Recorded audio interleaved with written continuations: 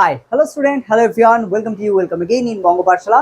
তো student basically হচ্ছে আমরা ক্লাস 9 এর দ্রবণের চ্যাপ্টার থেকে বেসিক্যালি মোলার মাত্রা, দ্রবণের মাত্রা, মোলালিটি যেগুলো বলে সেগুলো আমরা কমপ্লিট করেছিলাম। তার আগে কেলাস, কেলাসন এগুলো কমপ্লিট করেছিলাম। তো আজকের ক্লাসে তোমরা যে হচ্ছে মোলার মাত্রা বা হচ্ছে মোলালিটি, এছাড়া হচ্ছে দ্রবণের হচ্ছে ভর আয়তন হচ্ছে মাত্রা বা শতকরা মাত্রা, তাছাড়া হচ্ছে গ্রাম প্রতি লিটার মাত্রা, এই যে প্রত্যেকটা হচ্ছে আমরা কনসেপ্ট শিখেছিলাম তার উপর বেসিক্যালি আমরা গাণিতিক যে প্রবলেম থাকে সেগুলো হচ্ছে আজকের ক্লাসে সলভ করবো। ঠিক আছে, তো চলো স্টুডেন্ট লেট না করে শুরু করা যাক।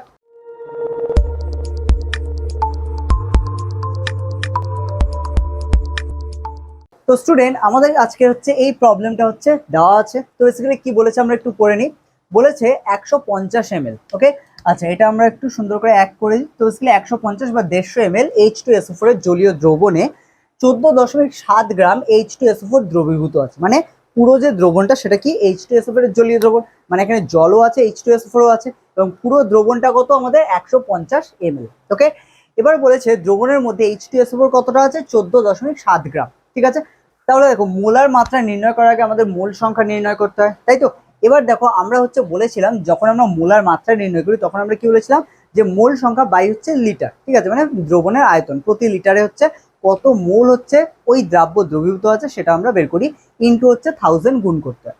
তো এখানে দেখো আমাদের প্রথমে এটা বলেছে হচ্ছে এই যে 14.7 গ্রাম যে হচ্ছে দ্রাব্য আছে বা H2SO4 আছে, এটা কতটার মধ্যে আছে, 150 ml, তাই তো। কিন্তু আমাদের দরকার কি 1000 ml কতটা আছে সেটা বের করা। তাহলে ফার্স্ট আমরা কি করবো, ঐকিক নিয়মে এই পুরোটা বের করে নেবো।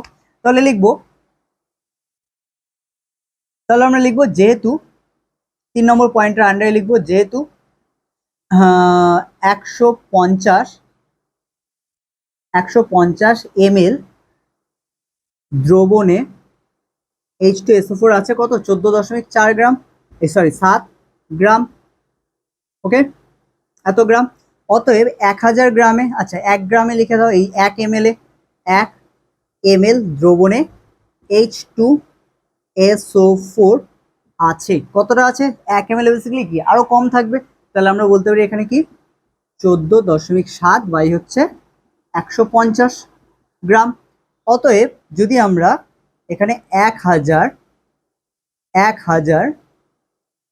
ml বা মিলিলিটার হচ্ছে দ্রবণ নেওয়া হয়, তাহলে এখানে H2SO4 থাকবে, H2SO4 থাকবে, কতটা থাকবে এখানে, বেসিক্যালি আমাদের 1000 গুণ হচ্ছে 14.7 আর নিচে হচ্ছে 150। ঠিক আছে, এটা দিয়ে আমরা কি কাটাকাটি করব। তো শূন্য দিয়ে শূন্য কেটে দেবো, 5 দিয়ে এটাকে কাটলে হচ্ছে 5 20 হচ্ছে 100, এখানে কাটলে 5 দিয়ে 3 5 15, 3 দিয়ে 14.7কে কাটলে আমাদের এখানে কত আসবে, 14.7কে আমাদের এখানে কাটাকাটি করলে আসছে হচ্ছে আমাদের 4.9। ঠিক আছে, আগের আমাদের সেকেন্ড অঙ্কটার মতো। তাহলে এটার সাথে এটা গুণ করলে আমাদের কত পাবো।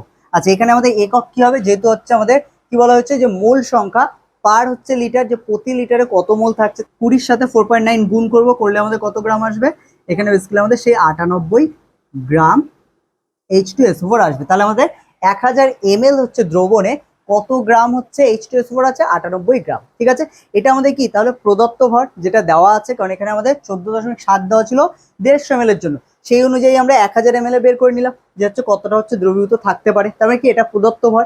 এবার হচ্ছে আমাদের আণবিক ভর বের করতে হবে, কারণ আমরা মোল সংখ্যা ইকুয়াল টু পড়েছিলাম যে মোল সংখ্যা ইকুয়াল টু প্রদত্ত ভর বাই হচ্ছে আণবিক ভর। এবার দেখো আমরা আণবিক ভরটা হচ্ছে পাশে বের করছি, তোমরা এখানে নিচে করবে, কারণ বেসিক্যালি আমি তাহলে পুরো অঙ্কটা করলে জায়গা ধরবে না। এখানে হচ্ছে সিম্পল H2SO4 এর হচ্ছে আণবিক ভরটা নির্ণয় করব।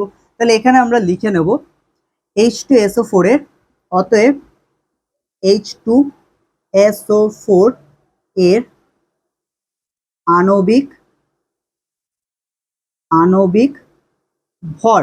ঠিক আছে, H2SO4 এর আণবিক ভর কত হবে, দেখো H2 মানে দুটো হাইড্রোজেন আছে, তো এখানে হচ্ছে একটা করে হাইড্রোজেন হচ্ছে ভর হচ্ছে 1, তাহলে সে দুটো আছে মানে হচ্ছে 1 × 2 প্লাস সালফারের বেসিক্যালি হচ্ছে 16 হচ্ছে পারমাণবিক সংখ্যা, এর ভর সংখ্যা হয়ে যায় তার ডবল 32, তো এখানে আমরা লিখবো হচ্ছে 32।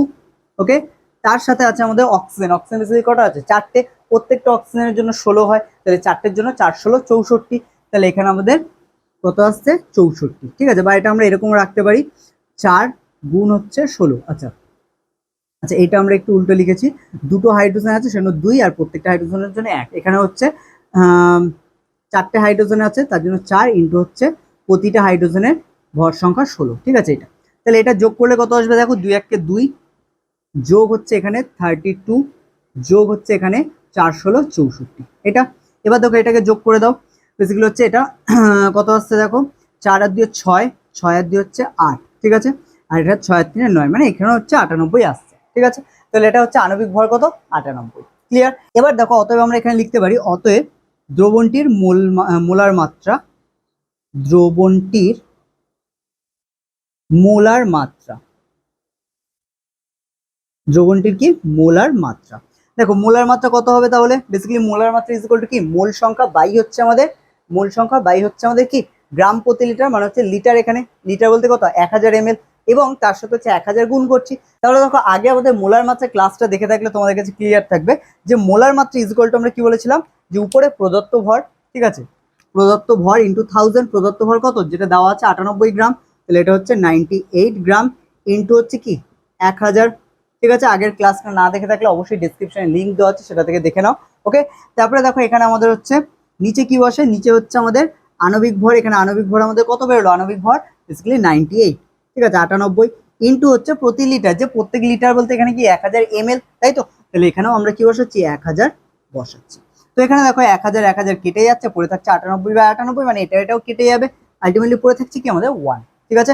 তাহলে এখানে আমরা বলতে পারি দ্রবণটি, তাহলে মোলার মাত্রা কত, বেসিক্যালি 1, ঠিক আছে, তাহলে মোলার মাত্রা কত 1, কিন্তু এখানে একক কি বসবে, যেহেতু এখানে মোল সংখ্যা পার লিটার, তাহলে এখানে আমরা এককে বলতে পারি মোল পার লিটার বা মোল লিটার ইনভার্স। ওকে, তাহলে এখানে আমরা 1 মোল মোল লিটার ইনভার্স, এটা হচ্ছে আমরা ব্যবহার করতে পারি। ওকে, তাহলে এই হচ্ছে আমাদের দ্রবণটির মোলার মাত্রা নির্ণয়ের পদ্ধতি। ক্লিয়ার।